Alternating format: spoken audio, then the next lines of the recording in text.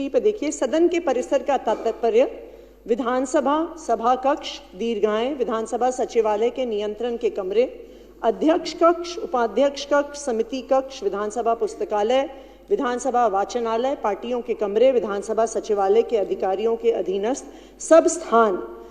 तो इसमें विधानसभा परिसर के लॉन शामिल नहीं है, गांधी मूर्ति का एरिया शामिल नहीं है। अब आप रूल बुक से बात करिए।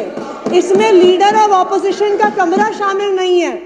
हमने बिल्कुल प्रोटेस्ट किया, हमने अंबेडकर जी की मूर्ति के तहत प्रोटेस्ट किया और वो आपकी रूल बुक के अनुसार सदन की परिसर की परिभाषा में नहीं आता।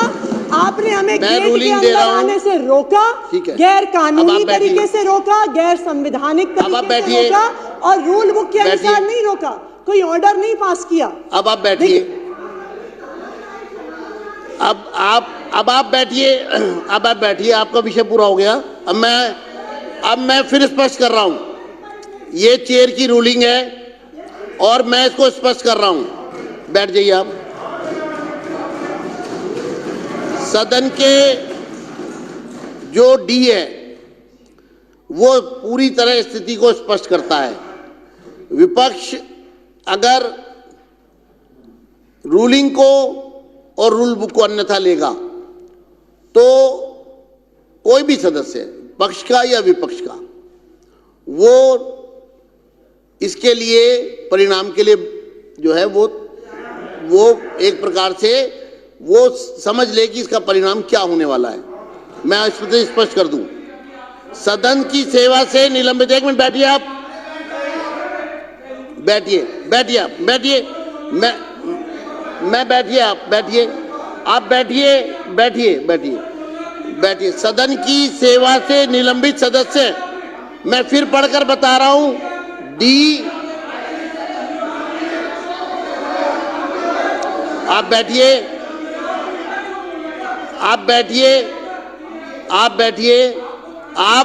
आप चर्चा में भाग लेने के, अभी भी सदस्यों ने जो किया है यहां, जिस तरह के प्ले कार्ड निकाले, ये मैंने इसलिए आपको चेताया है कि वही स्थिति दोबारा ना आए जो आप अभी सदन में पूरी तरह से इनडिसिप्लिन कुछ सदस्यों ने करना शुरू किया।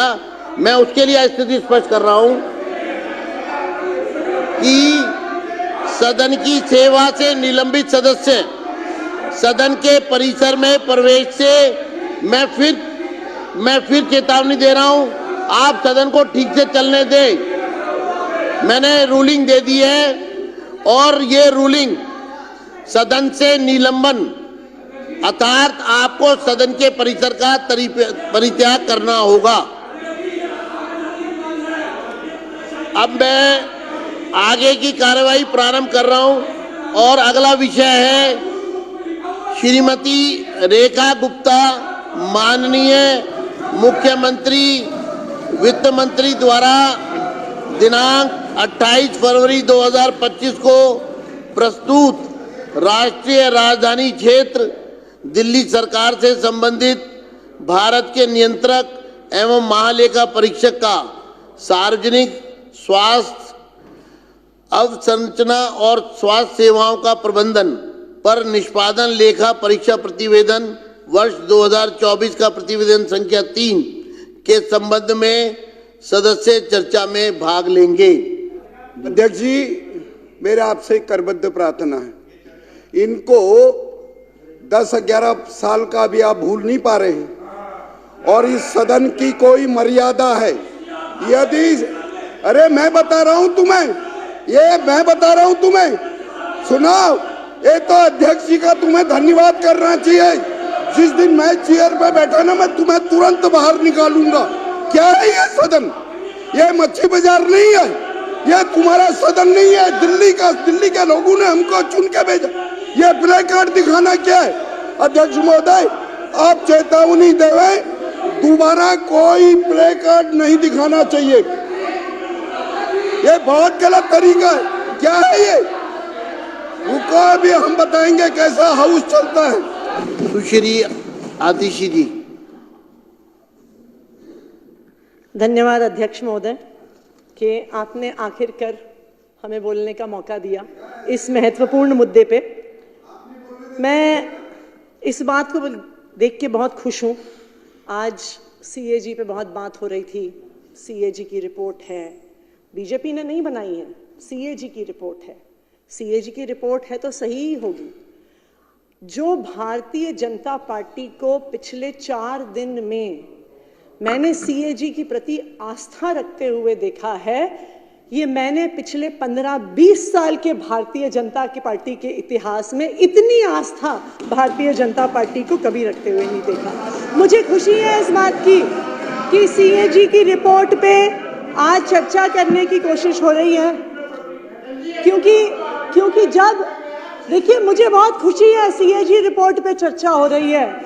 आखिर कहीं तो हो सीएजी रिपोर्ट पे चर्चा, क्योंकि जब उत्तराखंड में ये रिपोर्ट आती है कि फॉरेस्ट डिपार्टमेंट के पैसे से आईफोन खरीद लिए, तब उत्तराखंड में भाजपा की सरकार कहती है कि नहीं हम चर्चा नहीं करेंगे। जब द्वारका एक्सप्रेसवे की रिपोर्ट आती है, द्वारका एक्सप्रेसवे दिल्ली में है, जब उसकी रिपोर्ट आती है और कहती है कि जी 19 करोड़ रुपए प्रति किलोमीटर का जो अप्रूवल था वो 250 करोड़ रुपए में बनी, तब बीजेपी कहती है कि नहीं हम सीएजी रिपोर्ट पे चर्चा नहीं करेंगे। तो मुझे खुशी है इस बात की कि आखिरकार चाहे आम आदमी पार्टी के बहाने ही सही, कम से कम भारतीय जनता पार्टी की सीएजी के प्रति आस्था तो बनी, तो उसके लिए मैं सीएजी का धन्यवाद करना चाहूंगी। 3 लोग हैं जो बहुत खुश हैं आज भारतीय जनता पार्टी की आस्था देख के। मैं आपको उनके नाम बताना चाहूंगी अगर आपने उनके नाम नहीं सुने हैं। अतुर्व सिन्हा जी सीएजी के एक ऑडिटर हैं। दत्ता प्रसाद सूर्यकांत शिरसे जी सीएजी, ये सीएजी के ऑडिटर हैं। तो ये सीएजी के जो ऑडिटर हैं ये क्यों खुश है? क्योंकि अतुर्व सिन्हा जी और दत्ता प्रसाद सूर्यकांत शिरसे जी ये सीएजी के वो ऑडिटर हैं जिन्होंने द्वारका एक्सप्रेसवे की रिपोर्ट लिखी। जैसे ही पार्लियामेंट में टेबल हुई उनका ट्रांसफर कर दिया गया कि नहीं, भाजपा का भ्रष्टाचार नहीं उजागर कर सकते। तीसरे व्यक्ति अशोक सिन्हा जी, वो भी अशोक सिन्हा जी की रिपोर्ट पर बोलना चाहेंगी? मैं रिपोर्ट पर बोलिए ना। देखिए मैं आऊंगी, रिपोर्ट पर बात करिए ना आप। सिरसा जी ने बहुत लंबी बात करी, आप इधर उधर की बात कर रहे हैं। नहीं, मैं सीएजी के बारे में बात कर रही हूँ अध्यक्ष महोदय। अब देखिए मैंने सिरसा जी जब बोल रहे थे आपको खास ही कहा था कि ये बहुत सारी इधर उधर की बातें कर रहे हैं, अब हमें भी अधिकार मिलना चाहिए। नहीं, इधर उधर की बात के अशोक सिन्हा जी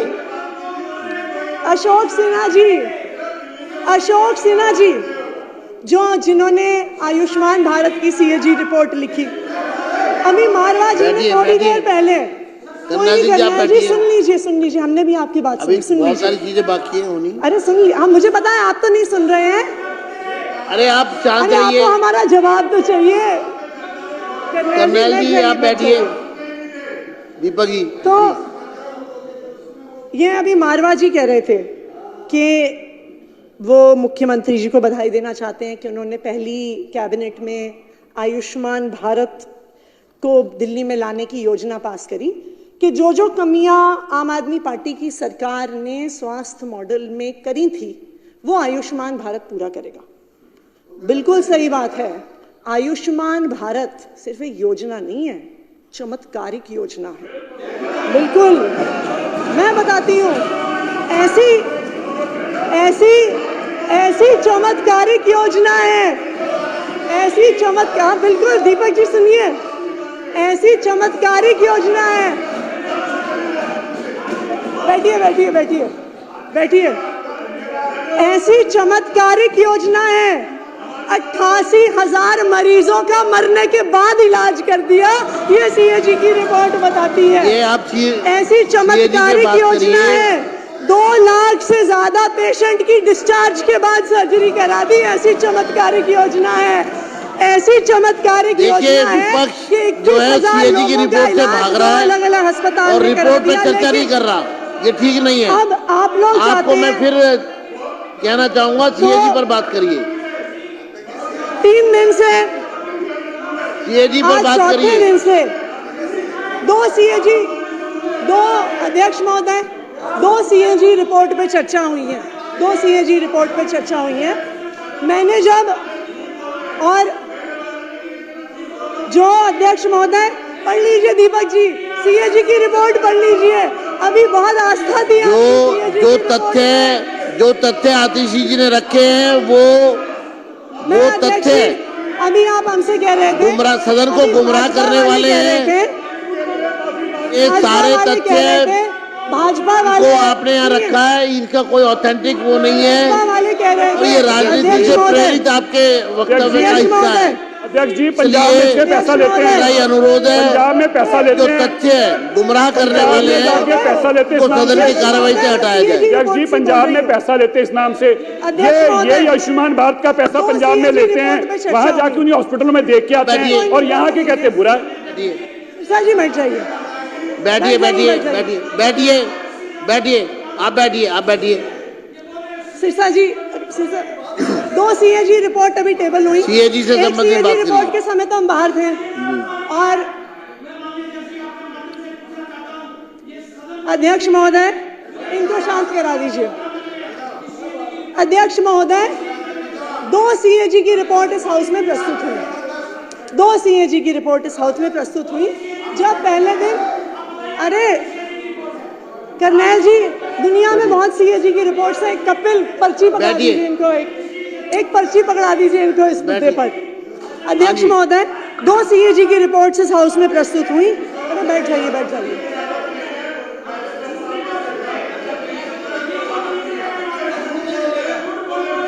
आप बैठिए आतिशी जी, मैं आपको रिक्वेस्ट करूंगा, आप सदन को गुमराह करने वाला स्टेटमेंट ना दें। नहीं, मैंने ये क्योंकि आपके तथ्य निराधार है। अध्यक्ष महोदय, ये सारा डेटा सीएजी की रिपोर्ट से है, ये गुमराह करने वाला डेटा आगे बात करिए, सीएजी पर बात करिए। पिछले 3 दिन तो अध्यक्ष महोदय ने हमें बाहर सड़क पे रखा, आज हम हाउस में हैं, लेकिन अच्छी बात क्या है कि जो रिपोर्ट, जो सदन की प्रोसीडिंग है वो यूट्यूब पर भी आती है, तो हम यूट्यूब पर भी देख रहे थे कि क्या चर्चा हो रही है। तो मैंने गिनती करी थी, हो सकता है वो गिनती गलत हो सकती है, लेकिन सीएजी की पहली रिपोर्ट जो प्रस्तुत हुई, एलजी साहब का अभिभाषण, और आज तो सीएजी की दूसरी रिपोर्ट प्रस्तुत हुई है। मेरे ख्याल से भारतीय जनता पार्टी ने, शायद ये आंकड़ा गलत हो सकता है, इसको मुझे करेक्ट कर लीजिएगा, 55 लोगों ने अभी तक अपनी बात रखी है पिछले 4 दिन में अंदर। और क्या बात रखी? अध्यक्ष महोदय ने मुझे एक चिट्ठी लिखी थी कि सदन की गरिमा बनाए रखने की जरूरत है, कि गरिमा सदन में होनी चाहिए। मैं यही उम्मीद करती हूं कि जब आपके ही एक सदस्य ने यहाँ पर कहा था, जब यहाँ पर आपके आपके पास नहीं, अध्यक्ष जी, मुझे बात पूरी करने दीजिए। अध्यक्ष जी, मुझे बात पूरी कंक्लूड करिए ना, आप सीएजी पर बात करिए। मैंने सब बात मान ली। आपने कहा भारतीय जनता पार्टी वाले कह रहे हैं जी कि आम आदमी पार्टी वाले चोर हैं, गुंडे हैं, लुटेरे हैं, पापी हैं, नालायक हैं, घमंडी हैं, कातिल हैं, डरपोक हैं, हत्यारे हैं, नालायक हैं। और मुझे लगता है इतनी गरिमापूर्ण बात जो सीएजी पर नहीं बोलना चाह रहे आप। विधायक जी, वो क्या नाम है उनका, सीएजी पर नहीं बोल रहे आप, मेहरौली वाले विधायक जी ने कहा, और मुझे उम्मीद है मुद्दों पर बात करिए ना। आपको सदन की गरिमा का तब भी ध्यान रहा होगा जब मेहरौली के विधायक ने कहा कि आतिशी सूद पे नखा है। धन्यवाद। हमने सब बात मान ली, हम हैं चोर, हम हैं गुंडे, हम हैं नालायक, सब बात हम मान लेते हैं आपकी, ठीक है जी। लेकिन दिल्ली के लोगों ने आपको चुन के भेजा काम करने के लिए, गाली देने के लिए नहीं। दिल्ली के लोगों ने आपको चुन के भेजा कि आप उनको काम करके दिखाइए। मेरा आपसे अनुरोध है, सीएजी पर बात करिए। इस सदन में पर बोलने के लिए आपके पास कुछ नहीं है। आम आदमी पार्टी को गाली दो, अरविंद केजरीवाल को गाली दो, आतिशी को गाली दो। मेरा रेखा गुप्ता जी से ये अनुरोध है, रेखा गुप्ता जी से मेरा एक अनुरोध है, दिल्ली के लोगों ने आपको काम करने के लिए चुन के भेजा है, शुरू करिए। दिल्ली के लोगों ने बहुत भरोसा। धन्यवाद मैडम, बैठ। सभी लोग शांत हो जाए, रेखा जी शुरू करेंगी। जी आप अपनी भाई जितनी मर्जी स्लिप वहां से भी भेज सकते हो आप। कमियां आम आदमी पार्टी की रही हो, जो कि कितनी भी कमियां रही हो, परंतु एक अच्छी बात आम आदमी पार्टी के नेताओं में ये जरूर है कि आखिरी में गलती मान लेते हैं।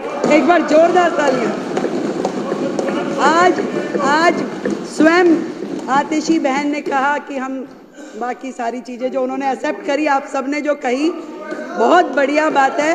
और इसी प्रकार केजरीवाल जी ने स्वयं माना कि मैं यमुना साफ नहीं कर पाया, मैं पानी नहीं दे पाया, मैं गलती मानता हूँ, मुझे और समय दे दिया जाए।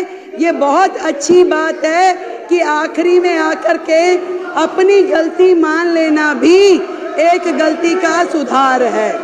अध्यक्ष जी, मैं तो केवल इतनी बात कहूंगी कि आतिशी बहन, हमारी इस सरकार में मेरे अलावा 4 बहनें हैं।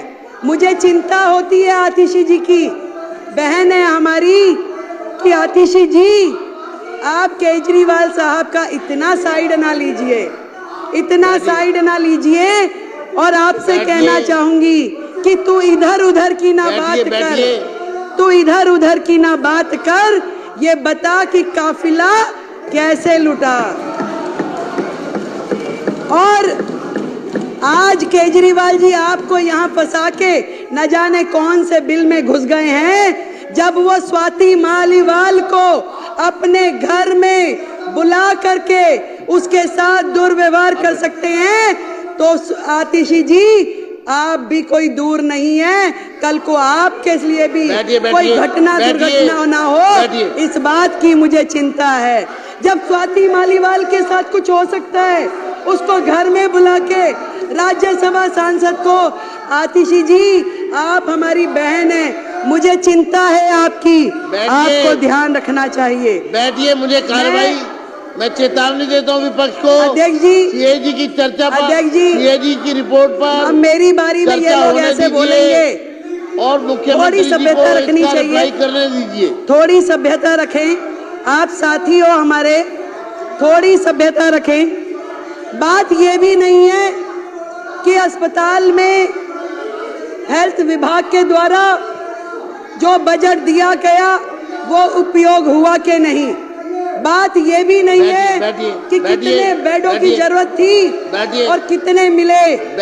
बात ये भी नहीं है कि दवाइयाँ जो चाहिए थी जनता को वो दी नहीं गई।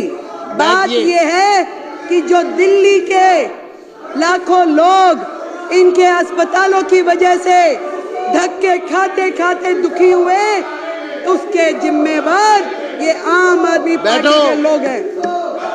आप सीएजी से मत भागिए, बैठिए। आएंगे आएंगे आएंगे आएंगे, चिंता मत कीजिए, बिल्कुल आएंगे। अभी आप सुनने का मादा रखिए। अभी ये देखिए ये लोग क्या करते हैं, जब इन्हें पता है कि अब इनकी और उंगली है। आपकी मैडम का उसमें नाम है क्या? आपकी मैडम का नाम है क्या? मार्शल जनरल सिंह जी को बाहर ले जाए। चलो चलो।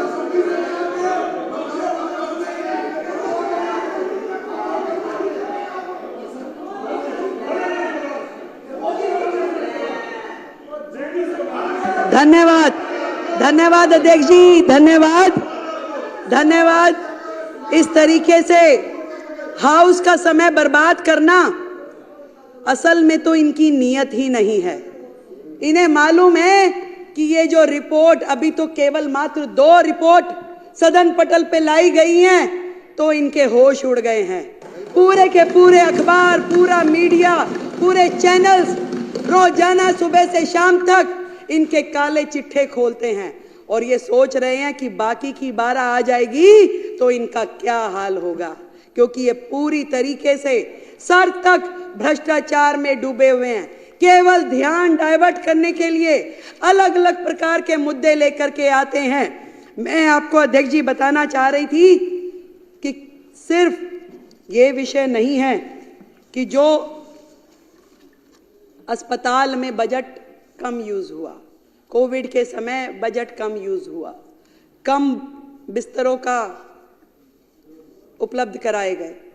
बात यह है कि उस समय के दौरान जो लाखों लोगों ने तकलीफें सही, जो मरीजों के दिल पे गुजरी, जो पूरी तरीके से अस्त व्यवस्था देख करके डॉक्टरों के मन पे गुजर रही होगी, वहां के स्टाफ पे गुजर रही होगी, जो परिवार जानों के साथ घटनाएं घट रही होंगी, आज उसको सोचिए तो दिल दहल जाता है।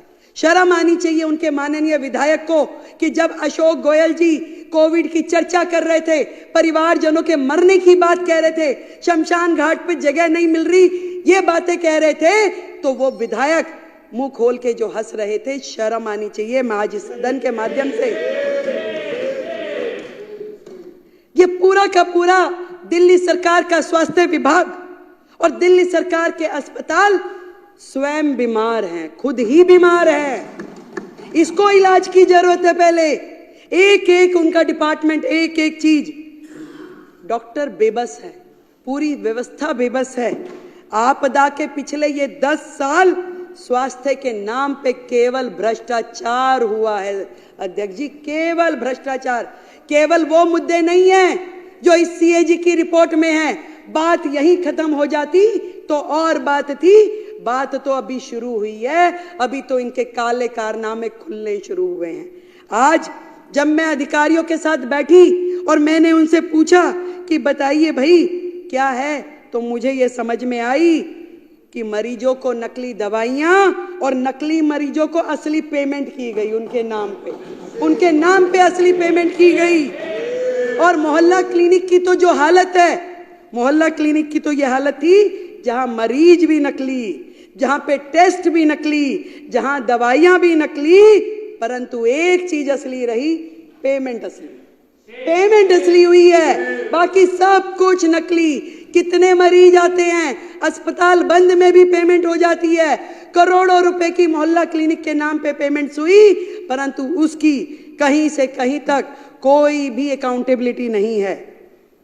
सफाई के नाम पे घोटाला, दवाई के नाम पे घोटाला, टेस्ट के नाम पे घोटाला, इलाज के नाम पे घोटाला, बेड के नाम पे घोटाला, भर्ती के नाम पे घोटाला। घोटालों की सरकार केजरीवाल।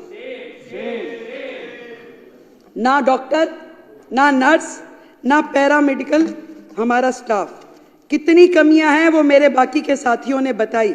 फिर भी मैं आपको ये बताना चाहूंगी कि जो नर्सिंग स्टाफ है, जो सेंशन है, वो 7,977 में से केवल 5,791 हैं।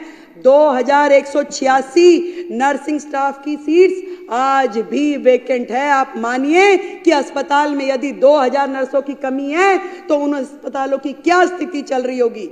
आज भी ड्यूटी मेडिकल ऑफिसर 234 सीटें खाली आज भी है। वो कैसे चल रही है, कहां पे उनकी ओपीडी हो रही है। जितना भी स्टाफ है, एक एक विभाग, यहां तक कि पैरामेडिकल जो पोस्ट है उसमें भी 2796 पोस्ट आज भी खाली पड़ी हैं। किस तरीके से ये अस्पताल चलाए जा रहे हैं अध्यक्ष जी, मैं ये जानना चाहती हूँ। घोटालों की सरकार ने 10-10 हजार रुपए में जो कॉन्सेंट्रेटर मशीन थी उसको लाखों रुपए में खरीदा। 10 रुपए का वो N95 वाला मास्क जो था वो 150 रुपए में खरीदा। और शर्म की बात ये है, खरीदा तो खरीदा, उपयोग हो जाता तो दर्द नहीं होता। दर्द इस बात है, आज भी हमारे अस्पतालों में पूरे के पूरे गोदाम, कमरे भरे पड़े हैं उन सामानों से जो जनता की गाड़ी खून पसीने की कमाई से किया गया है। आज भी पीपी किट, मास्क, कॉन्सेंट्रेटर मशीनें, सिलेंडर अस्पतालों में भरे पड़े हैं जिनका कोई उपयोग नहीं हो रहा। ना तो वो जनता के काम आ पाए, ना मरीजों के काम आ पाए। खरीद कर ली गई, लाखों रुपए का, करोड़ों रुपए का घोटाला हो गया, आज भी वो अस्पतालों के गोदामों में पड़े हुए हैं। कितने शर्म की बात है। एक एक अस्पताल का गोदाम जाके खोल के देखिए, वहां पे क्या क्या पड़ा हुआ है, मिट्टी हो रहा है, परंतु इनके कान पे जूं नहीं रेंगती। कितनी बुरी स्थिति है। कितनी सारी बीपी मशीनें खरीदी गई, पेमेंट हो गई, परंतु कहां गई, कौन इस्तेमाल कर रहा है, कोई अकाउंटेबिलिटी नहीं है। कहां पे हो रहा है ये सब। ICU, CCU, operation theatre, MRI, सारी की सारी मशीनें, कोई रेट फिक्स नहीं है, कोई दर नहीं, कहां किस तरीके से खरीद हो रही है, कोई पूछने वाला नहीं था। मैं आपको बताना चाहती हूं, एक्ट क्लिनिकल एस्टेब्लिशमेंट एक्ट 2010 जो कि कोर्ट के आदेशानुसार लागू कर दिया जाना चाहिए। वो एक्ट जिसके माध्यम से पूरा का पूरा हमारे क्लिनिक, हॉस्पिटल, लैब और जितने भी टेस्टिंग सेंटर्स हैं उनको रजिस्टर किया जाता है और मॉनिटर किया जाता है। आपको ये जान करके माननीय सदस्यों ये हैरानी होगी कि आज भी दिल्ली जो है देश की राजधानी घिसे पिटे 1993 के Delhi nursing home registration act के माध्यम से चल रहा है, ना कि 2010 में बने हुए क्लिनिकल एस्टेब्लिशमेंट एक्ट के हिसाब से। क्योंकि इस पूरे एक्ट के माध्यम से अगर चलते तो वहां पे बहुत सारी चीजों की जवाबदेही तय हो जाती, परंतु पुराने नियमों के अनुसार जब वो काम कर रहे थे उनको कोई मतलब ही नहीं, क्योंकि बहुत सारी चीजें उसमें कवर ही नहीं होती, जो मर्जी करें, कोई पूछने वाला नहीं है। जबकि माननीय हाई कोर्ट ने मई 2022 के में ये निर्देश दिया कि भाई आपको केवल सीईए एक्ट के अनुसार काम करना है, परंतु इस सरकार ने उस एक्ट को लागू ही नहीं किया, उनके हेल्थ मिनिस्टर ने उसे लागू ही नहीं किया।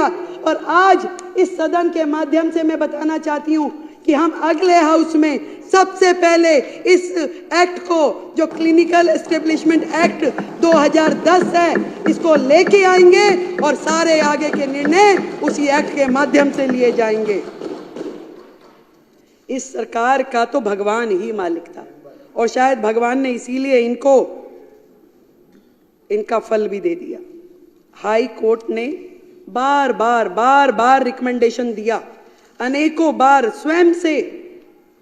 स्वयं ओटो उन्होंने संज्ञान लिया और ये कहा, फरवरी 2024 में भी कहा, एक कमेटी भी बनाई गई, डॉक्टर सरीन कमेटी, जिसमें पूरा का पूरा हॉस्पिटल सर्विस डिलीवरी सिस्टम जो है वो इम्प्रूव हो, कैसे मरीजों का रजिस्ट्रेशन हो रहा है, कहाँ पे उनका इलाज चल रहा है, किसकी ओपीडी हुई, पूरा का पूरा रेगुलेशन जो है वो ध्यान में आए। परंतु कभी सरकार ने हाई कोर्ट के आदेश के बावजूद भी किया नहीं। आज भी कौन मरीज जा रहा है, क्या इलाज हो रहा है, क्या बिलिंग हो रही है, क्या रिकॉर्ड है, किसी किताब में दिखाई नहीं देता। हाई कोर्ट के आदेशानुसार उसके कहने के बावजूद उन्होंने स्वयं ओटो रिकमेंडेशन दिया कि आपका स्वास्थ्य विभाग गलत काम कर रहा है, जीरो है, इसमें लागू की जाए डॉक्टर सरीन कमेटी की रिपोर्ट्स, परंतु केजरीवाल और उनकी सरकार ने इसे लागू नहीं किया। कितने शर्म की बात है। मैं आपको बताना चाहती हूं 24 हॉस्पिटल जो इस सरकार के कार्यकाल में शुरू हुए, करोड़ों करोड़ रुपए के बजट से एक भी अस्पताल का काम पूरा नहीं हुआ सर, एक भी अस्पताल का काम। 24 की रिपोर्ट तो नहीं बोल पाऊंगी, ये सारी है, पर कुछ आपको एग्जाम्पल देती हूं। आपको बताना चाहूंगी एलन हॉस्पिटल, जिसका इनिशियल सैंक्शन कॉस्ट जो था 533 करोड़ था, शुरू हुआ 2019 में, परंतु आज की डेट में भी 2019 से अब तक 65% काम कंप्लीट हुआ है और रिवाइज कॉस्ट जब आई तो 1135 करोड़ रुपए की, डबल ऑफ द कोस्ट, और आज भी काम पूरा नहीं हुआ। आज फिर रिवाइज कॉस्ट की जरूरत है और आज उसमें फिर कितने 100 करोड़ बढ़ाने पड़ेंगे वो पता नहीं। और ये वो प्रोजेक्ट है जिसमें पीडब्ल्यूडी ने कॉन्ट्रैक्टर को 95 करोड़ रुपए की पेनल्टी पे की है, 95 करोड़ रुपए की पीडब्ल्यूडी ने, सरकार ने कॉन्ट्रैक्टर को पेनल्टी दी है। क्या ये सरकार इस 95 करोड़ का हिसाब कौन देगा? इस 95 करोड़ जनता के पैसे का भुगतान कौन करेगा? ये सुन नहीं सकते थे, इसलिए यहां से चले गए। यहाँ इन्हें पता दिया होगा कि भाई मैडम ये बोलने वाली है। 7 अस्पताल जो कि कोविड टाइम में होने थे, बनने थे, जो कि कोविड टाइम में विशेष रूप से आईसीयू हॉस्पिटल बनने थे, एक भी अस्पताल बना ही नहीं। कोविड आया चला गया, एक भी अस्पताल नहीं बना, कोई तो शुरू ही नहीं हुआ। कोई आज भी केवल पोटा कैबिन जैसे स्ट्रक्चर खड़ा कर दिया गया जिसमें कि एक भी फैसिलिटी ऐसी नहीं है। आज भी वो जो 1216 करोड़ रुपए के अस्पताल है वो मिट्टी हो गए हैं, जीरो हो गए हैं। आज भी उनको वर्केबल कंडीशन में लाने के लिए और 1200 करोड़ रुपए लगा दें तो भी कामगार नहीं है, तो भी वो उपयोग नहीं होंगे। इसका हिसाब कौन देगा? ये बात इनको पता थी, इसलिए वो यहां से चले गए। एक एक अस्पताल करोड़ों करोड़ रुपए का, एक भी अस्पताल का काम इन्होंने पूरा नहीं किया। ये जो ज्वालापुरी में एक अस्पताल था जिसकी सैंक्शन कॉस्ट 319 करोड़ रुपए थी, उसके बाद रिवाइज किया गया। मंत्री जी विजिट करने गए जी, वहां 8 फ्लोर का अस्पताल बनना था। मंत्री जी के मन में आया कि नहीं नहीं नहीं भाई, इस पे 2 फ्लोर और बढ़ा दिए जाए। उन्होंने आदेश दे दिया कि 2 फ्लोर और बढ़ा दो। ना वो 2 बने ना वो 8 हुए। पूरे के पूरे अस्पताल ऐसे 2 अस्पतालों में उन्होंने किया, मादीपुर में और ज्वालापुरी में, और दोनों अस्पताल आज भी पेंडिंग है। एक की कॉस्टिंग जो थी 319 करोड़, दूसरे की 320 करोड़, जिन पे आज तक एक्सपेंडिचर भी हो चुका है। एक पे 247 करोड़ और दूसरे पे 252 करोड़, पर उसकी वैल्यू मिट्टी हो गई, कुछ भी काम आने की स्थिति में नहीं है। मैंने अधिकारियों से पूछा कि बताइए भैया, ये 24 अस्पतालों को कैसे वर्केबल कंडीशन में लेके आएंगे, क्या करेंगे? वो कह रहे मैडम, इतना अनप्लैंड वे में काम होता था, किसी को यही नहीं पता था कि अस्पताल है तो उसमें क्या क्या चीज की आवश्यकता है। वहां पे मोर्चरी होनी चाहिए, वहां पे आईसीयू होना चाहिए, वहां पे रिसेप्शन होनी चाहिए, कि वहां पे क्या होना चाहिए। एक एक प्रोजेक्ट में इतनी खामियां है कि इसके लिए अलग से एक कमेटी बनानी पड़ेगी, और उस समय के तत्कालिक अधिकारी भी जो हैं उनको भी कटघरे में खड़ा किया जाएगा कि ऐसे अनवर्केबल जो प्रोजेक्ट है उनको सैंक्शन कैसे किया गया, कैसे उसमें करोड़ों रुपए की लागत लग गई। अगर इन 24 प्रोजेक्ट की इन प्रोजेक्ट की कॉस्टिंग ही अगर हम कैलकुलेट करें तो भी दिल्ली का करोड़ों करोड़ रुपए का नुकसान हो चुका है। ये बात इनको जवाब देना पड़ता, इसलिए ये हाउस में से चले गए हैं। एक और बात बताना चाहूंगी, 2014 के बाद से लेके अब तक एक एक्ट होता है, एसेंशियल ड्रग्स की लिस्ट बनती है।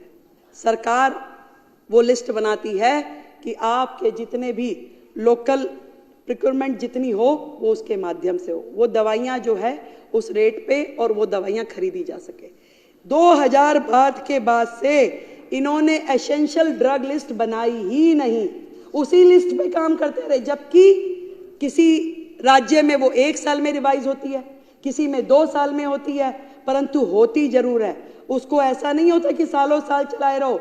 और इसका नुकसान ये हुआ कि हर अस्पताल ने अपनी ही लिस्ट निकालनी शुरू कर दी, अपना ही लोकल काम करना शुरू कर दिया।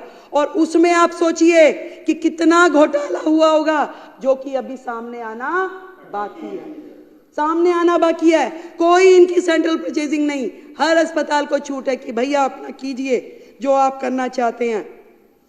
हेल्थ और फैमिली वेलफेयर डिपार्टमेंट ने 15 प्लॉट डीडीए से खरीदे 684 लाख में। वो 15 प्लॉट खरीदे गए थे हॉस्पिटल बनाने के लिए, डिस्पेंसरी बनाने के लिए, परंतु दुख है मुझे, एक भी साइट का उपयोग अभी तक हुआ नहीं है। वो जीरो है, वहीं पड़ा है। करोड़ों रुपए की जमीनें लेकर के उसे डंप कर दिया गया। अब इसके पीछे क्या षड्यंत्र था वो तो ये जाने या राम जी जाने, परंतु इस तरह के जितने मुद्दे हैं इससे ये पता चलता है। वो एक कहानी सुनाती हूँ छोटी सी, मुझे याद आ गई। सिद्धू जी अब हमारे यहाँ नहीं है, वो सुनाते थे। कह रहे जी एक दुकान पे कुछ पुलिस वाले आ गए और आ करके कह रहे कि चोरी हुई थी उस दुकान पे। तो पुलिस वालों ने पूछा कि भी बता चोरी हुई है, क्या क्या चोरी हुआ, कितना नुकसान हो गया। और वो पुलिस वाले बात करते जाएं और वहां पड़े हुए बादाम और काजू खाते जाएं, हाथ में मुट्ठी भरी खाते खाते बात करते रहे कि बताओ भाई और क्या क्या हुआ, कितना नुकसान हुआ। कह रहे सर नुकसान तो अभी चल ही रहा है, पूरा हुआ कहाँ है। तो नुकसान तो अभी चल ही रहा है, अभी पता नहीं चला कि कितना नुकसान और है जिसकी परतें अभी खुलनी बाकी है। ये बात करते हैं कि महिलाओं को 2,500 रुपए कब देंगे। करोड़ों करोड़ रुपए के कर्जे में डूबी हुई इस दिल्ली सरकार की हालत इन्होंने जिस प्रकार से छोड़ी है, ये हमसे इनकी औकात नहीं है। हमसे पूछे कि ये 2,500 रुपए हम कब देंगे। हमारा वायदा है हम जरूर देंगे, पर इनकी हैसियत नहीं है कि वो हमसे पूछे कि हम ये 2,500 रुपए कब देंगे। मैं आपको ये कहना चाहती हूँ, चोर चोरी से जाए ऐसा हो नहीं सकता। ये चोरी की जो आदत है इनकी लगातार जिस तरीके से चल रही है, बच्चों के स्कूल के क्लासरूम में चोरी, सड़कें बनाने में चोरी, इलाज में चोरी, ठेकों में चोरी, शराब तक में चोरी, जितने भी काम हैं प्रदूषण में, यमुना सफाई में, सब में चोरी। चोरी यहीं रुक जाती तो शायद पता चलता, पर उससे बड़ी चोरी एक और बताती हूँ। यहाँ तक कि दिल्ली सरकार के सोशल मीडिया हैंडल्स की भी चोरी। दिल्ली सरकार के social media handle, CMO Delhi के ये अकाउंट माननीय केजरीवाल जी ने तुरंत जैसे ही सरकार बदली, केजरीवाल एट वर्क करके अपने हैंडल में तब्दील कर लिया। क्या ये उनकी प्रॉपर्टी है? ये दिल्ली सरकार की प्रॉपर्टी है। ये आतिशी जी का ये अकाउंट, ये भी आज तक इन्होंने वापस नहीं किया। चाहे इंस्टाग्राम हो, चाहे फेसबुक, चाहे ट्विटर, एक भी अकाउंट ये इन्होंने वापस नहीं किया। हमने इनकी कंप्लेंट दर्ज कराई है। जो सोशल मीडिया अकाउंट की भी चोरी करके ले गए, उनसे आप क्या उम्मीद करोगे कि वो और क्या छोड़ के जाएंगे। अध्यक्ष जी, इतना कहना चाहूंगी, 10 साल दिल्ली बेहाल, 10 साल दिल्ली बेहाल, कर गए कमाल, कर गए कमाल। नोटंकी, भ्रष्टाचार, चाल पे चाल। वाह रे केजरीवाल, वाह रे केजरीवाल। इस बुरी स्थिति में दिल्ली को पहुंचाने के बाद भी, कहते हैं ना, एक तो चोरी ऊपर से सीना चोरी। ये लोग यहाँ खड़ के कुछ बोलने की हैसियत में नहीं है अध्यक्ष जी। ये हमारी ओर उंगली उठाने के से पहले ये देखे कि जो उंगलियां इनकी तरफ है उसका जवाब तय करके आए। आज जिन परिस्थितियों में हमें दिल्ली सरकार मिली है, हम अपनी पूरी मेहनत के साथ में काम कर रहे हैं। एक एक विभाग जिस तरीके से कर्जे में डूबा है, जो उसकी हालत है, सबको समझने में, सबको उठाने में न जाने हमें कितना वक्त लग जाएगा। परंतु हमारी नीति और हमारी नीयत स्पष्ट है, साफ है, ईमानदारी से काम करना चाहते हैं। और हमारी ये पूरी टीम, मैं और मेरे पूरे मंत्री, सभी विधायक, दिल्ली को इस भयंकर स्थिति से बाहर लेके जाएंगे और वो सारे काम करेंगे जो दिल्ली के हित में हैं। आज इस सदन के माध्यम से मैं बताना चाहती हूँ। अभी केवल 2 रिपोर्ट आई हैं अध्यक्ष जी, अभी बाकी आनी बाकी है। तो यही कहना चाहूंगी कि इब्तिदाए इश्क है, रोता है क्या, आगे आगे देखिए होता है क्या। बहुत बहुत धन्यवाद।